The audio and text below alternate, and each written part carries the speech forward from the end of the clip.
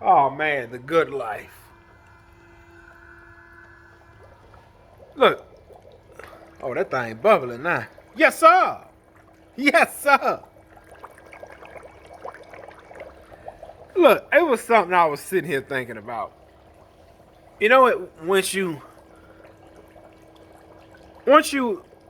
have listen, a lot of people can't be alone with their thoughts. They might get to chewing on a pistol. But listen, I was sitting here pondering back on my life, right? Like the decisions you make in life, the decisions you make in your past really bring you to your present. And I remember when I was a teenager, I used to say, like when I was a teenager, 13, 14, 15, 16, I used to say, man, how can I explain this? Um, I'm trying to see how I can put this.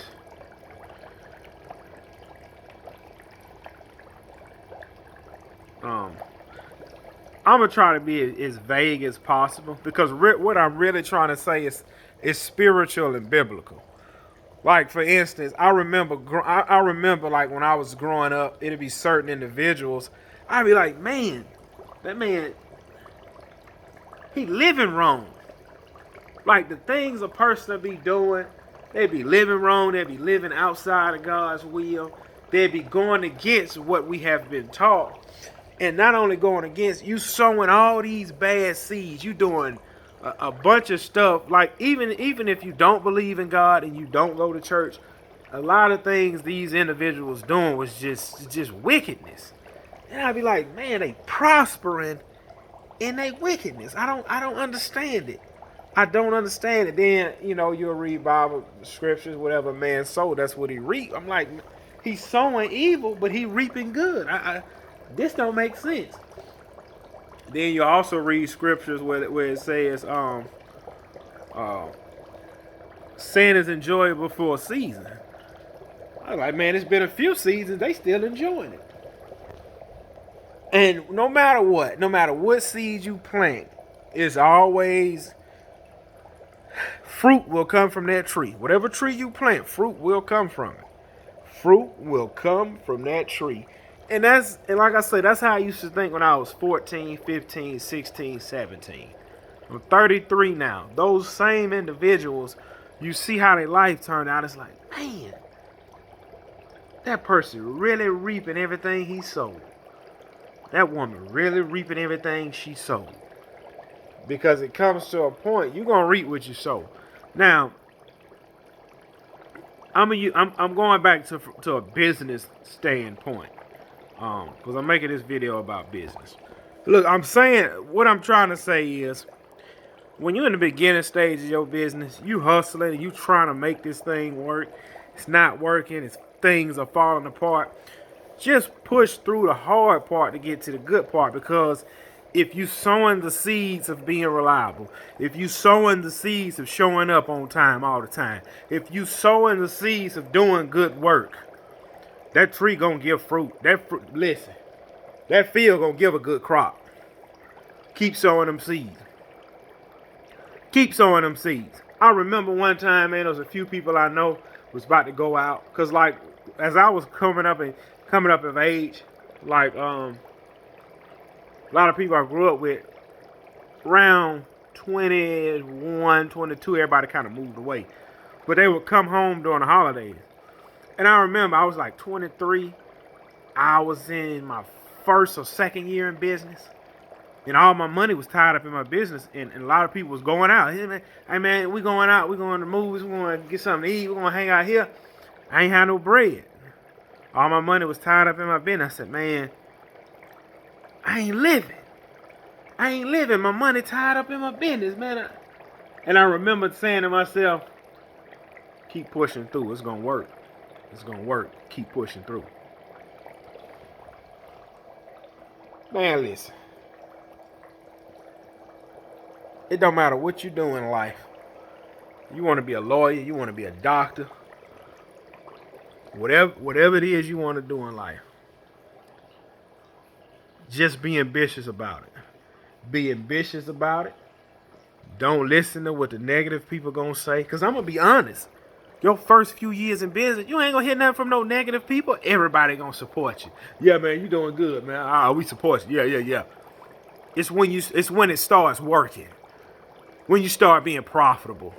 When you start making them big purchases. It's, oh, I didn't know he was doing good. Oh, I didn't know his business was flourishing. A lot of people want you to fail. I'll be honest. I've said it time and time and time again. I have watched people leave my full-time job, go get other jobs or start businesses. It's negative talk. It's a guy I used to work with. He have skid steers, chainsaws, and what you call that stuff?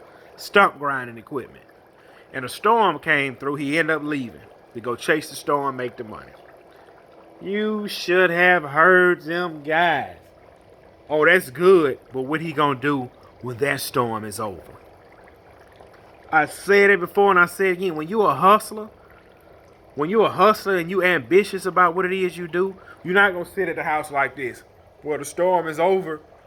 I guess I'll wait and lose everything until the next storm. Man, please. You go and get it. You go and get it. Man, look, y'all seen my trailer in that other video. My trailer is loaded down with wooden fence that I'm about to haul to the dump. I'm a lawn man. I don't do fence work. Hey, sir, I see you've been having that old fence on the side of the road for 4 months. The city's not getting. Oh no, the city ain't coming to pick it up. Okay, well I can haul everything to the dump for X amount of dollars. Hey man, go ahead. Yeah, please. Or I could have sat home. Man, the grass ain't growing. I ain't got no grass to cut. I don't know what I'm going to do.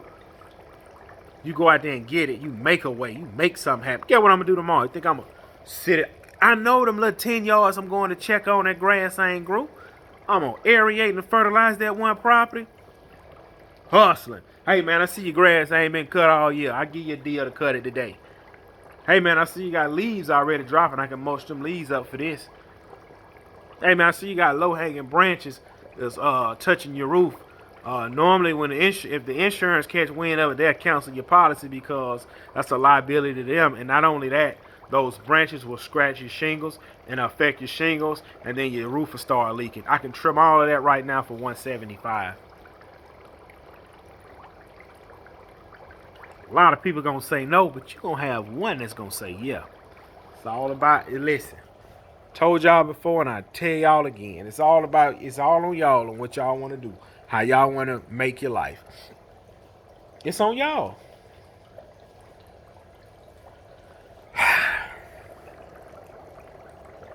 I hope this guy don't watch my YouTube videos. I was talking to a coworker. We was talking about some things. He was telling me his financial situation. I said, man, why you just won't get on the grind, man, and just come out here and work 7 days a week? I don't want to work my life away. Why you won't start that side hustle you telling me you want to start? Listen, I told this to my sister before. I'm gonna say this and I'm gonna go because I need to go get me a nap before I go to work. I just wanted to soak my feet for about a good 15 minutes.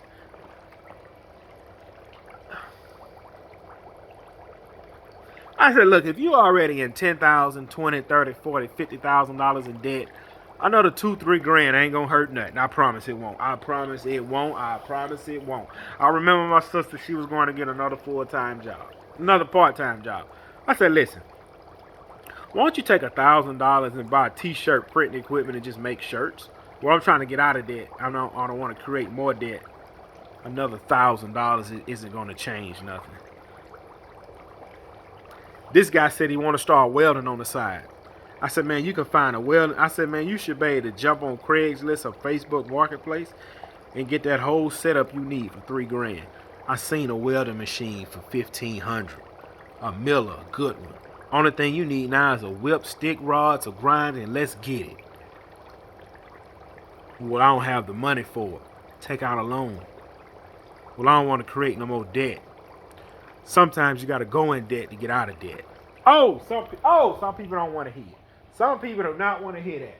You have to go in debt to get out of debt. I told y'all before, about 3 to 4 years ago when I financed that Exmark. I remember I was on a property. Let me cut this off. I'm about to dry my feet and get into bed. I had 2 used Exmarks. They both was on their way out. I didn't have any money saved. I was living check to check, and me and my wife just had a baby. Did I have another job? I didn't have another job. My lawn business wasn't jumping like that. I was still Chuck. I believe I was still Chuck. I might have switched over. I don't really remember. But anyway, I had a 42 and a 50. My 42, I couldn't turn left, and the dude told me it'd be like $900 to fix it. He said, man, I'm gonna be honest, that mower ain't worth $900. So I just kept using it till it went out.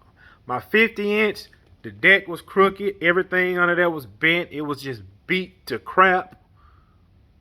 The deck could come this high off the ground. That wasn't no good for nobody.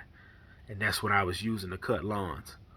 And I had been acting up all week, and this was a Saturday. I had just needed to finish because I said I'm going to go home and work on everything. But everything was crap. Saturday morning, I dropped the trailer, pulled up on the first yard. I made one pass, mower shut off. Had to push it back up on the trailer. The homeowner came out. He said, oh man, your mower went out? I said, yeah. He said, what about the other one? I said, it ain't working either. He said, what you gonna do? I said, man, I'm gonna go home and try and fix it. This is what he said as I was walking back to my truck with my head kind of down a little bit. He said, you never thought you had this many yards, huh? I said, yeah, I did. And at that time, I had like 25, 26. So as I was headed home, I had a decision to make. Get in more debt or let the business go. See, it was a fork in the road that day. If I'd have let the business go, I'd have been working 7 days a week in my full-time job. I know exactly how much money I would have been making. It still would not have been enough.